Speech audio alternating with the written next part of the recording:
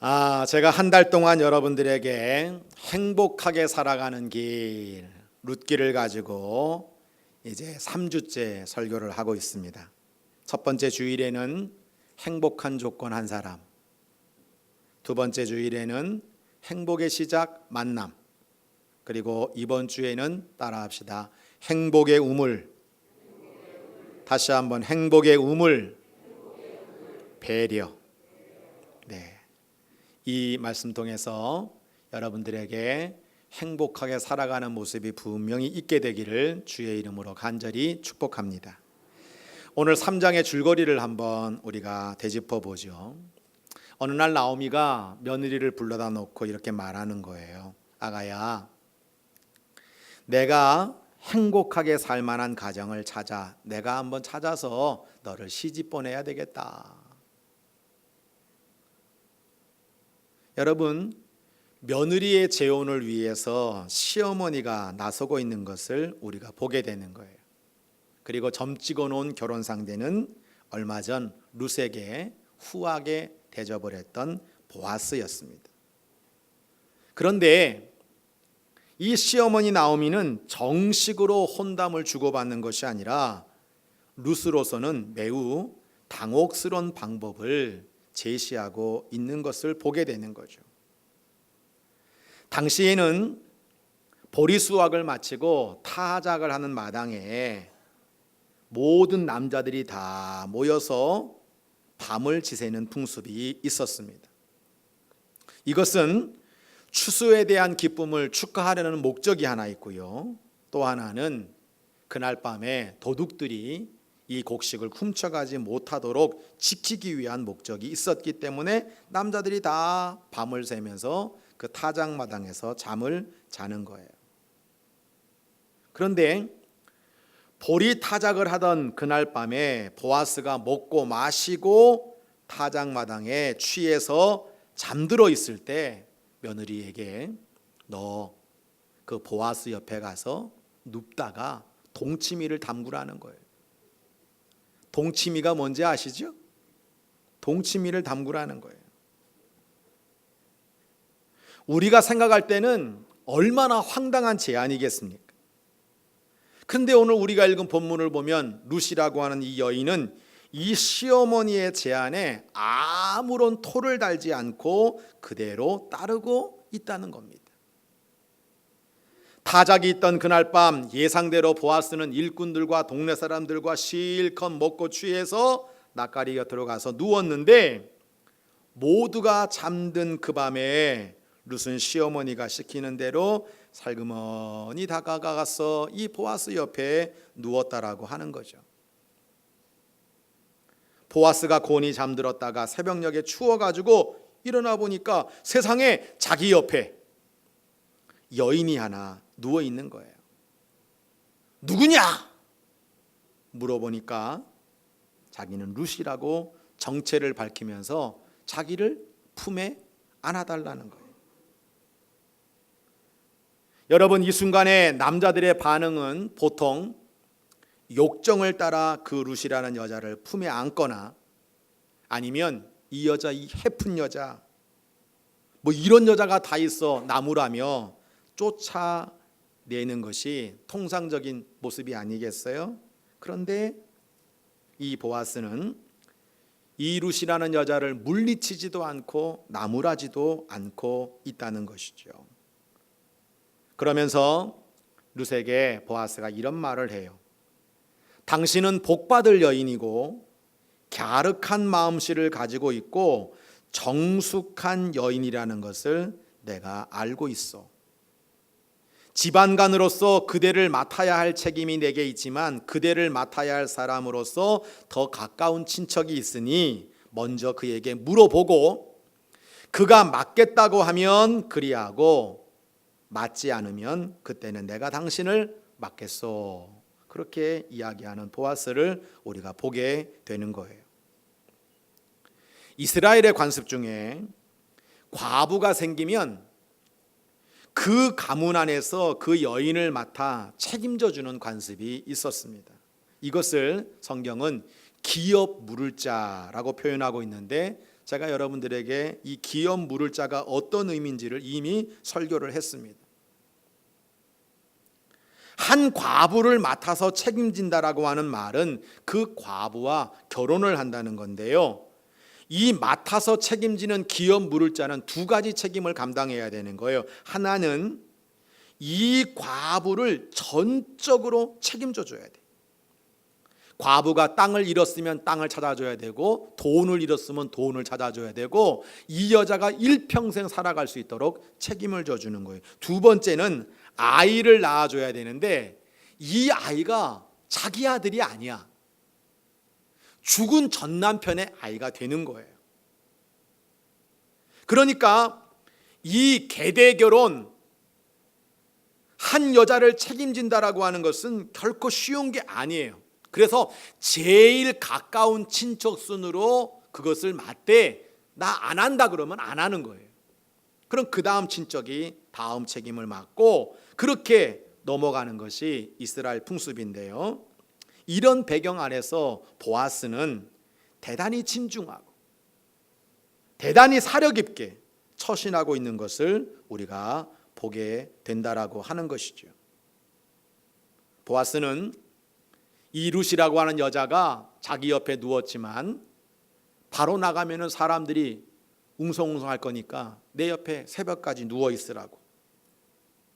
그리고 새벽이 되었을 때 이 룻이라는 여자에게 보리 6대를 또 거둔 곡식을 여인에게 주면서 조용히 집으로 돌아가게 만들고 있는 모습을 우리가 보게 된다는 것이죠. 그날 일이 끝나고 룻이 시어머니에게로 돌아오자 시어머니는 이 일이 어떻게 되었는지 다그쳐 묻고 룻은 그 일어난 일들을 낱낱이 시어머니에게 말해주는 거예요. 그러면서 이 시어머니가 굉장히 중요한 말을 합니다. 아가야, 이 일이 어떻게 될지 확실해질 때까지 너는 가만히 기다리고 있거라. 그 사람은 아마 지금쯤 가만히 있지 못할 것이다. 우리는 여담 같습니다만 오늘 이 나오미의 말을 통해서 믿음이라고 하는 게 뭐냐라고 하는 중요한 영적 교훈을 얻을 필요가 있습니다. 따라합시다. 믿음은, 다시 한번, 믿음은 최선을 다한 후에 어떤 결과가 주어지든지 가만히 하나님의 뜻을 기다리는 것입니다.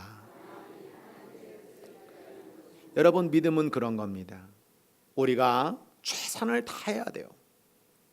최선을 다해놓고 하나님의 뜻을 기다리면서 그 하나님의 뜻이 무엇이든지 간에 그것을 그대로 수용하고 기다리는 것이 믿음입니다.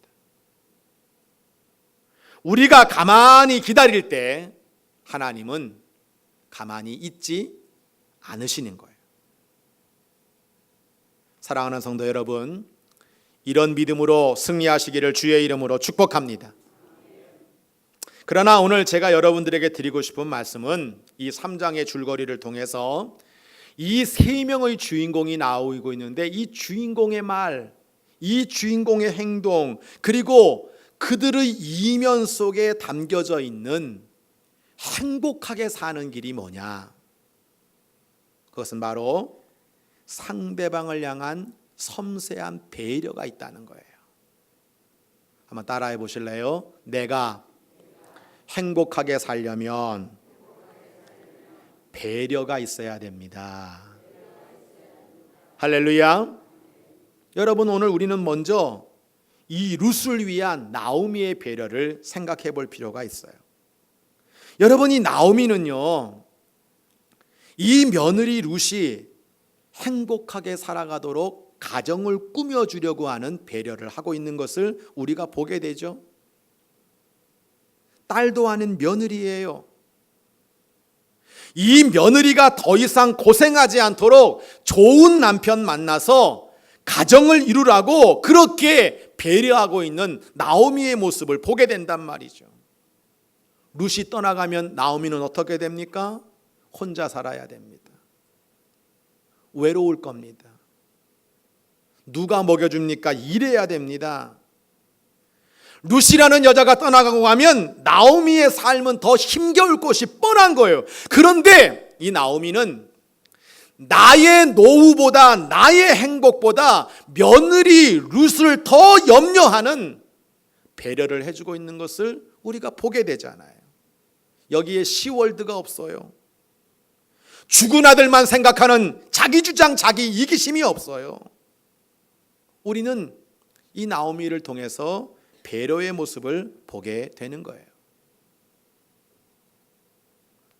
오늘 여러분, 우리의 모든 관계도 마찬가지예요. 이 나오미 같은 배려만 있다면, 며느리를 조금만 더 생각해주고 시어머니를 조금만 더 배려하는 마음이 있다면 정말 좋은 관계로 되어지지 않을까요? 그런데 오늘 우리를 조금 의아스럽게 하는 것은 왜 이 나오미가 정식으로 혼담을 주선하는 것이 아니라 세상의 늦은 밤에 타작마당에 누워있는 외간 남자 곁에 누우라고 그렇게 말도 안 되는 일을 제시하냐 이거예요. 내막을 모르면 이 목적을 위해서는 수단 방법을 가리지 않는 이 시어머니라고 말할지 모르지만 사실 이것은 며느리를 향한 깊은 배려가 담겨져 있는 거예요. 룻은 모압 여인이라 그랬습니다. 여러분, 혼담이 정식으로 오가게 되면 모압이라고 하는 민족을 원수처럼 여기는 이스라엘 민족 중에 도대체 어떤 집안이 룻하고 여러분 혼인을 하겠습니까? 이방 여인이에요. 과부예요. 가난해요. 이런 여자가 어떻게 정식으로 혼담이 오갈 수 있습니까? 또 나오미는 보아스를 만나게 해주고 싶은 거예요. 분명히 정식 혼담을 넣으면은 보아스보다 먼저 혼담을 치러야 될 그런 집이 있어요. 친척이 있어요. 거기 보내면 안 되거든. 며느리가 불행해지거든. 내 며느리가 행복해지려면 보아스 같이 저렇게 배려할 줄 알고 호의가 있는 남자를 만나야 우리 며느리가 잘 살겠다 싶어서 보아스의 옆에 가서 동치미 담그라고 이야기하는 것이 결코 황당한 일이 아니라 이 며느리를 사랑해서 진정으로 배려해 주는 마음이 있다는 것을 우리가 보게 되는 거예요. 또 나오미를 위한 룻의 배려를 우리가 보게 되거든요. 자, 여러분, 한밤중에 타작마당에 내려가서 잠자는 남자 곁에 누우라고 하는 이 시어머니의 말을 들었을 때 여러분, 룻의 마음이 어땠을까요? 너무 황당했겠죠? 부끄럽고 막막하고 화가 나지 않을까요? 이 방법밖에 없을까? 혼자 살고 말지. 내 차마 이런 짓은 못하겠다. 나도 자존심이 있고 나도 내 고집이 있는데 어떻게 외간 남자한테 가가지고 그냥 그것도 방도 아니고 침실도 아니고 저 타작마당에 옆에 가가지고 동치미 담그라고 하는 이 시어머니의 말이 여러분요, 이 룻에게 어떻게 들렸겠어요? 그런데 이 룻이라는 여자는 군말 없이 시어머니의 뜻을 따르고 있단 말이죠. 우리가 외면적으로 보면 이 룻은 생각 없는 사람처럼 보이기도 하고 자기 행복을 위해 앞뒤 좌우 안 가리는 그런 사람으로 우리가 판단할지도 몰라요. 그러나 사람마다 룻을 보는 판단 기준이 다 다르겠지만 우리가 1장, 2장 지금까지 룻이 보여준 그 모습을 보면 이 여자가 자기 행복만을 위해서 자기 욕정에 못 이겨서 시어머니 말에 두 말도 안 듣고 쫓아가는 그런 여자는 아니라고 하는 거예요. 만약에 정말 이 룻이라는 여자가 자기 행복만이 소중했다면 뭐하러 시어머니 따라옵니까? 시어머니가 네가 할 길 가라 그럴 때 가야지. 자기 민족 중에 여러분요, 자기하고 맞는 남자 찾아가지고 그렇게 결혼하면 되지. 처녀인 거 속여가지고 거기 살면 되지. 뭐하러 시어머니 따라옵니까? 와보니까 이삭 줍는 일이 너무 고달파서 이 여자가 이렇게 행동했을까요? 그것도 아닐 거예요. 여러분, 보아스는요, 젊은 여자가 호감을 갖기에는 나이가 너무 많은 남자예요. 룻은 30대요. 보아스는 60대요. 뭐 그렇게 여러분 대단한 남자라고 그 남자한테 여러분 달려가겠어요. 여기에는 시어머니 나오미를 위한 룻의 배려가 담겨져 있는 거예요. 그게 뭡니까? 여러분, 시어머니 나오미는 일찍 남편을 잃었어요. 두 아들을 다 잃었어요. 그리고 모압 땅에서 어떻게 보면 개고생하면서 며느리와 함께 살면서 이 나오미에게 있어서 유일한 한 가지 소원이 있다면 그게 뭐냐? 자기 집안의 대를 잇는 거예요. 손주를 낳아서 며느리를 통해서 자녀를 얻어야 되는데 남편도 죽었지, 아들도 다 죽었지. 여러분, 그 아픔이 얼마나 크겠습니까? 그런데 여러분, 그 마음속에 우리 가문이 이어져야 되는데, 이런 생각을 아마 룻과도 많이 나누었을 거예요. 룻은 가만히 생각해 본 거죠. 나 한 사람 희생해서,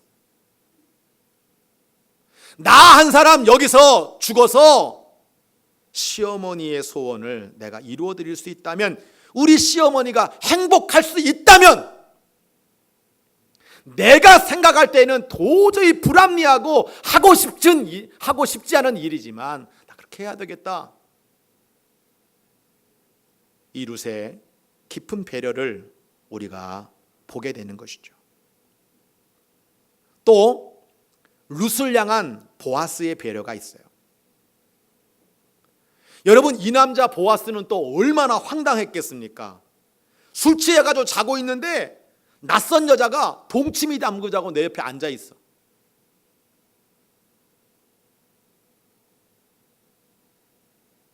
여러분은 전혀 안 놀라시는군요. 자고 있는데 웬 여자가 내 옆에 누워있다면 그거 얼마나 여러분 놀랄 일입니까? 그런데 보아스는요, 이 여자가 룻이라고 하는 것을 알게 되었을 때 너무나도 침착하게 행동하면서 하나하나의 말과 하나하나의 행동 속에 깊은 배려가 담겨 있는 것을 우리가 보게 되는 거예요. 보아스는 이 룻이라는 여자가 왜 지금 이런 행동을 하고 있는지 알아챘어요. 상대방의 속마음을 읽을 줄 아는 것은 정말 좋은 배려의 길이에요. 한번 따라해 보실래요? 상대방의 속마음을 아는 것은 좋은 배려의 길입니다. 할렐루야. 여러분 기억하세요. 내가 남자라면 여자의 마음, 여자의 언어, 여자의 성향, 저 사람이 왜 저렇게 행동하는지에 대해서 내가 그 속마음을 안다면 여러분 너무나 좋은 관계가 될 거예요. 내가 아내로서 남편의 말과 남편의 진심과 남편의 행동 속에 정말 저 사람이 하고 있는 행동의 의미가 뭔지를 안다면 부부싸움 할 일이 없을 거예요. 너 왜 싸우냐? 왜 갈등이 생기냐? 나는 너무 잘하는데 상대방 입장도 모르고 상대방 모르니까 다툼이 되는 거예요. 정죄가 되는 거예요. 룻은 오늘 여러분 보아스라는 남자 옆에 누웠지만 이 보아스는 왜 이 여자가 여기 있는지 너무나 잘 알고 있단 말이죠. 시어머니 모시고 살겠다고 고생길 마다하고 자기 민족을 떠난 이 룻이 이 야심한 밤에 자신을 품어달라고 여기 와 있는 것은 이 여자가 욕정이 많은 여자가 아니라 집안의 대를 이어주려고 자기를 희생하는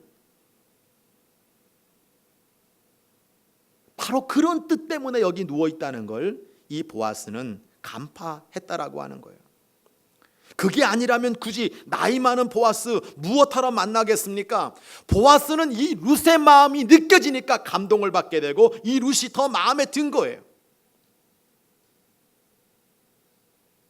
그러면서 부끄러워할 수밖에 없는 이 룻이라는 여자를 위해서 이렇게 말을 해요. 뭐라고 얘기합니까? 당신은 주님께 복받을 여인입니다. 갸륵한 마음씨를 가지고 있는 여인입니다. 당신은 정숙한 여인이라는 걸 내가 다 알고 있습니다. 여러분, 여자는 지금 품에 안겨서 품어달라고 왔는데 남자가 물리쳤을 때 여러분, 룻이라는 여자의 마음이 얼마나 불안하고 얼마나 쪽팔리고 얼마나 죽고 싶겠어요. 근데 이 보아스의 말이, 이 보아스의 배려가 룻의 마음을 얼마나 편안하게 했겠어요. 얼마나 감사하게 만들었겠어요. 그리고는 보아스가 연이어하는 말이 지금 나가지 말고 내 옆에 그냥 가만히 누워 있어라. 그렇게 배려해 주는 거예요. 동틀 무렵이 되자 그 와중에도 타작한 보리 6대를 이 룻에게 주는 거예요. 이거 가지고 시어머니에게 조용히 돌아가라고. 여러분, 이 보아스의 깊고 섬세한 마음의 날개가 오늘 인생살이에서 죽고 외로운 룻이라는 여자를 따뜻하게 안아주는 세심한 배려인 것을 우리가 보게 되는 거예요. 여성들이요, 남자를 만나려면 보아스를 만나세요.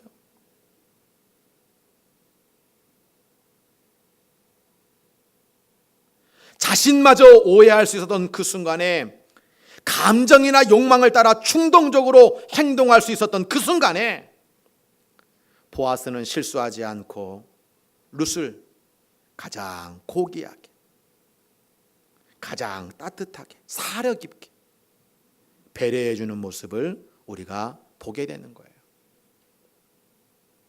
여러분, 멀티를 보세요.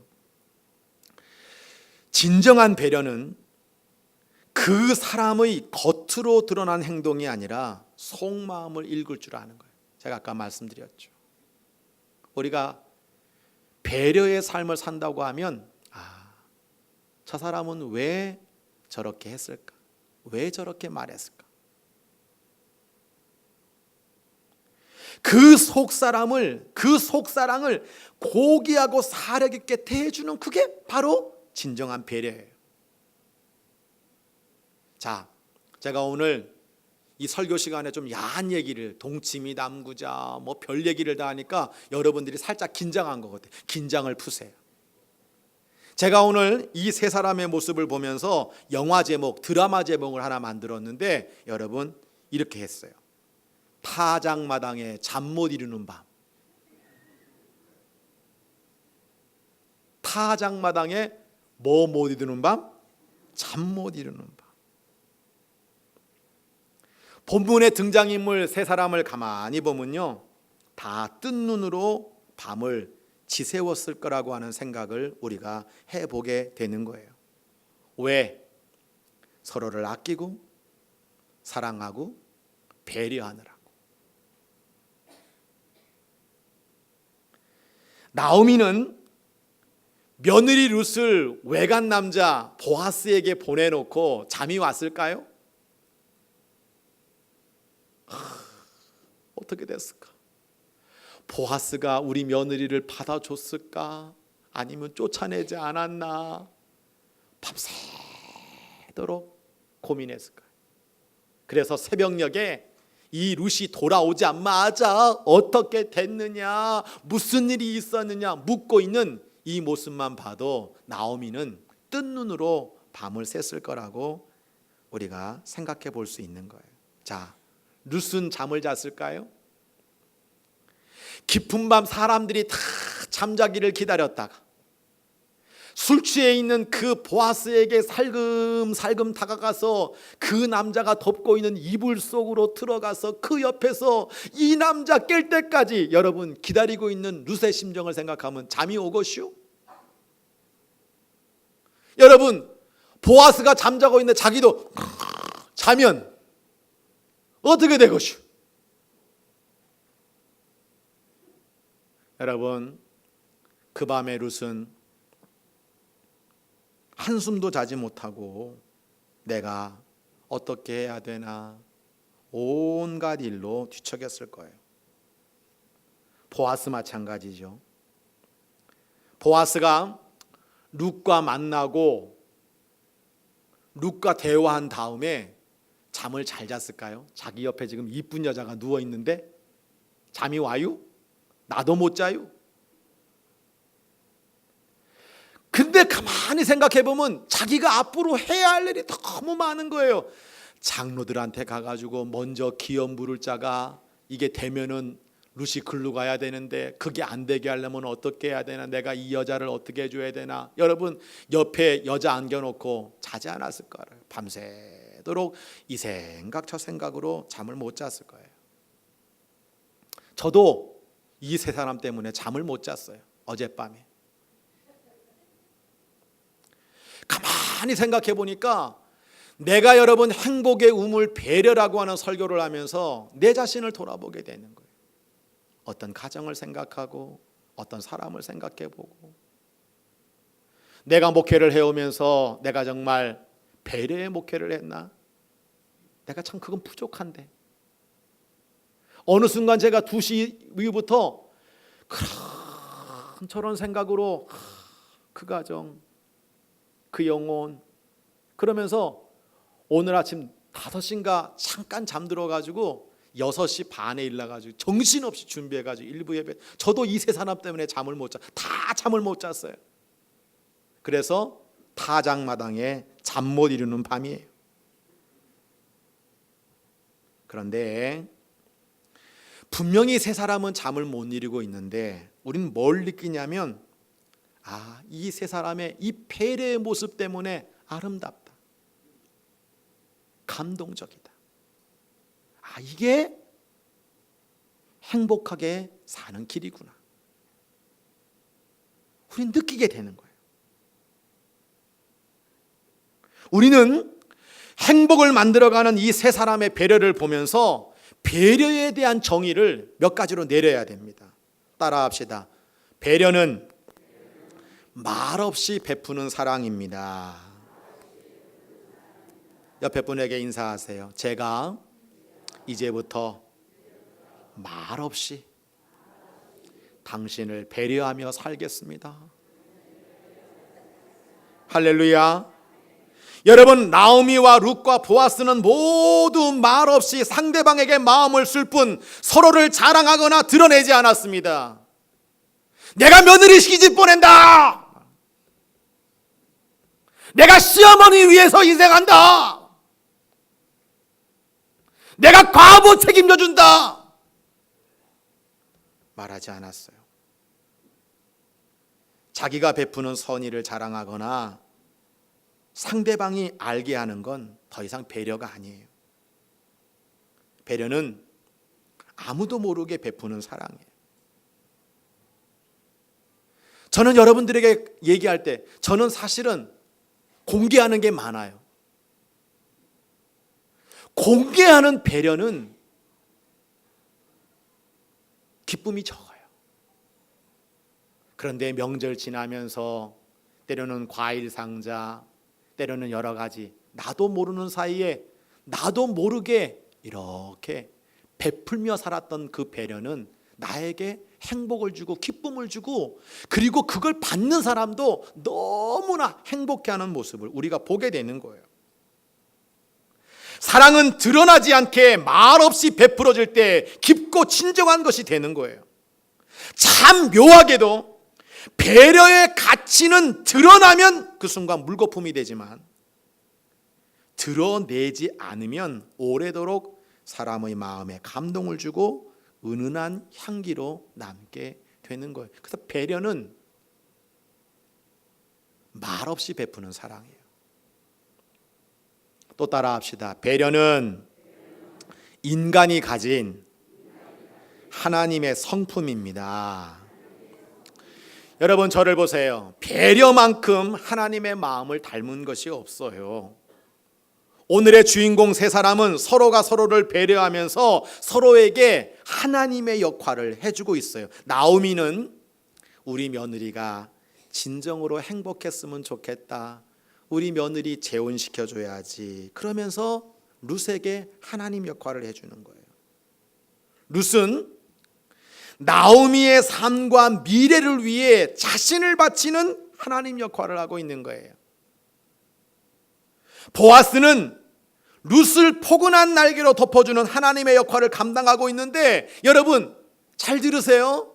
이게 그저 인간의 드라마 같은 이야기가 아니라 여기에서 성삼위일체 하나님의 사랑을, 하나님의 배려를 느껴야 되는 거예요. 나오미는 마치 하나님 같은 거예요. 우리 인간을 어떻게 하면 행복하게 해줄까, 잘 살게 해줄까. 하나님 같아. 룻은 예수님 같아요. 십자가 위에서 자기를 희생해서 모든 사람 살리는 것처럼 나 하나 희생해서 우리 시어머니 행복할 수 있다면 내가 그렇게 예수님 역할 감당해야지. 보아스는 성령님 같아요. 옆에서 덮어주고 도와주고 배려해주고 감싸 안아주는 성령님 같아. 이건 단지 인간의 얘기만 하는 것이 아니에요. 배려는 하나님이 우리에게 주신 하나님의 귀한 성품이거든요. 그래서 배려할 때 우리는 누군가에게 하나님을 느끼게 해주는 거예요. 그래서 배려는 가장 깊은 차원의 전도예요. 만약 우리가 누군가를 배려하면 그 배려로 말미암아 나는 하나님을 경험하게 되고 또 이 배려를 받는 사람은 간접적으로 하나님을 느끼게 만드는 거예요.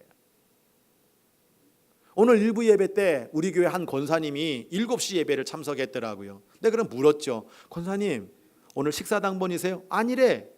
두 번째 뭘 묻겠어요? 권사님은 오늘 어디 가세요? 그랬더니 안 간대.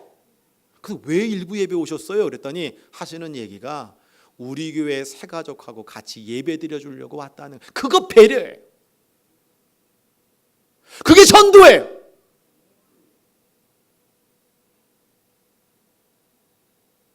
저는 오늘 우리 교회, 우리 성도들 안에 이렇게 하나님의 역할을 감당하는 이 배려의 모습이 풍성히 넘쳐나서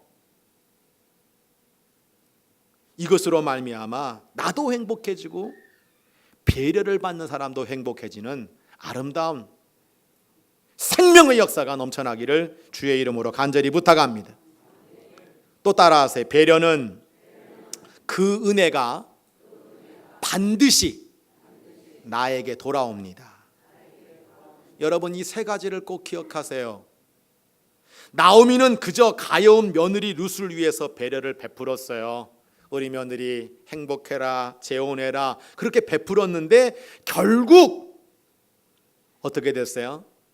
자기의 무너진 가문이 다시 일어나게 되는 은혜가 되어서, 복이 되어서 나오미에게 돌아왔어요. 룻은 사랑하는 시어머니를 배려했지만 자기를 희생하며 우리 시어머니 집안 내가 살려줘야지 희생했는데 결국 좋은 남편 얻게 되고 아들을 낳게 되고 행복한 가정을 이루게 되는 은혜가 돼서, 복이 돼서 자기에게 돌아왔어요. 보아스는 조심스럽게 사력 있게 룻을 배려하면서 이 기업 물을 자가 귀찮은 거거든요.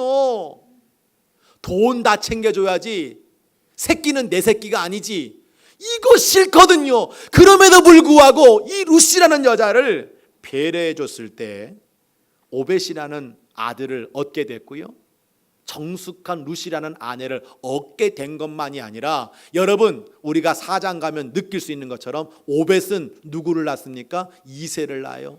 이새는 누구를 낳습니까? 다윗을 낳는 거예요. 여러분 다윗의 집안은 이스라엘의 모든 왕과 자손의 최고예요.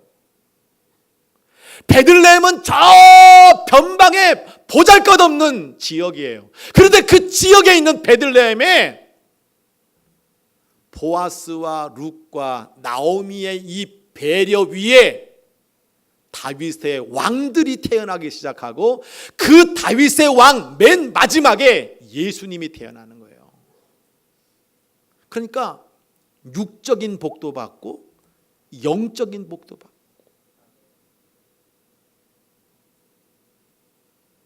그 배려는 축복이 돼서 그들 가운데 그대로 돌아오고 있는 것을 우리가 보게 되는 것. 이게 바로 배려의 은혜고 배려의 신비예요. 제가 오늘 여러분들에게 행복하게 사는 길, 행복의 우물, 배려. 목사님, 배려한다는 게 얼마나 어려운지 아세요? 내 속도 모르는데 저 평생 원수 남편 속을 내가 어떻게 알 것이오?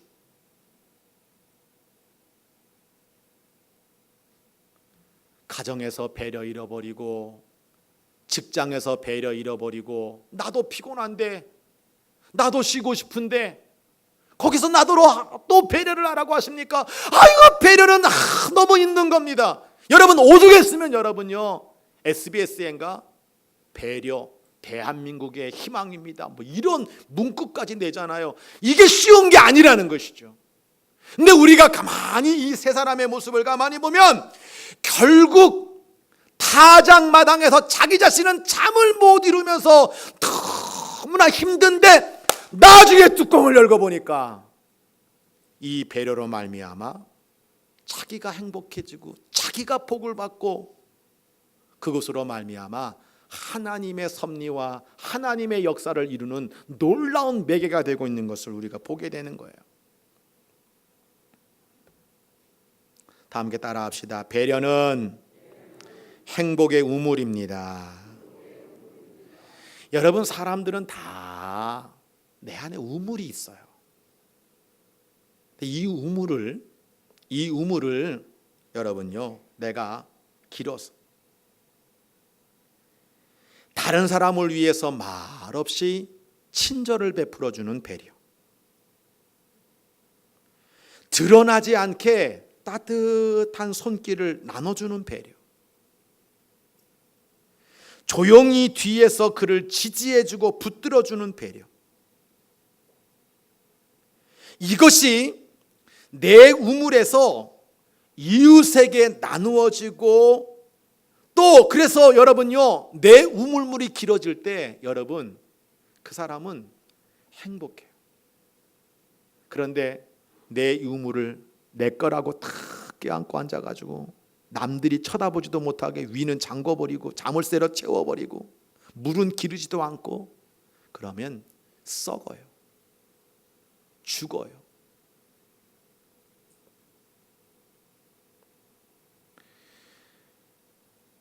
배려를 받는 사람도 행복해지고 배려를 베푸는 사람도 행복해지는 길은 나의 이 우물에서 배려라고 하는 것을 자꾸만 밖으로 내보내야 되는 거예요.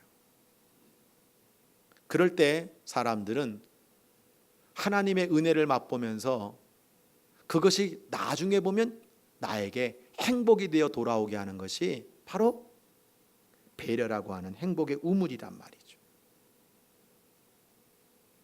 사랑하는 성도 여러분,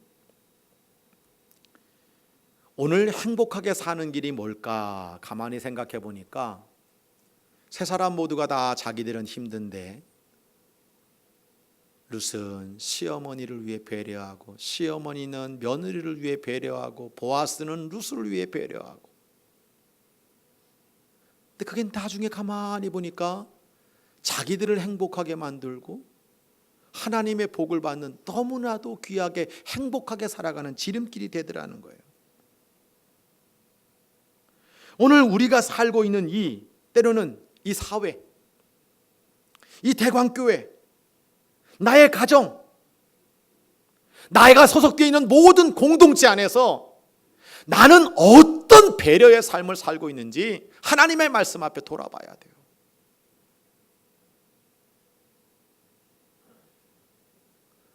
내가 정말 배려의 삶을 살고 있는가? 내가 정말 행복의 우물에서 그걸 길어서 배려를 통해서 사람들을 미소 짓게 만들고 기분 좋게 만들고 행복하게 만들고 결국 그것이 나에게 행복이 되고 하나님으로부터 복을 받는 비결이 되는 그런 역사가 저와 우리 대광교회 성도들 삶 속에 풍성히 실천적으로 결단하여 꼭 이루어지게 되기를 주의 이름으로 축복합니다. 교회 구석구석마다 여러분의 삶의 자리자리마다 행복의 우물 배려가 다시 한번 귀하게 샘솟아나는 축복의 역사가 되기를 주의 이름으로 축원합니다.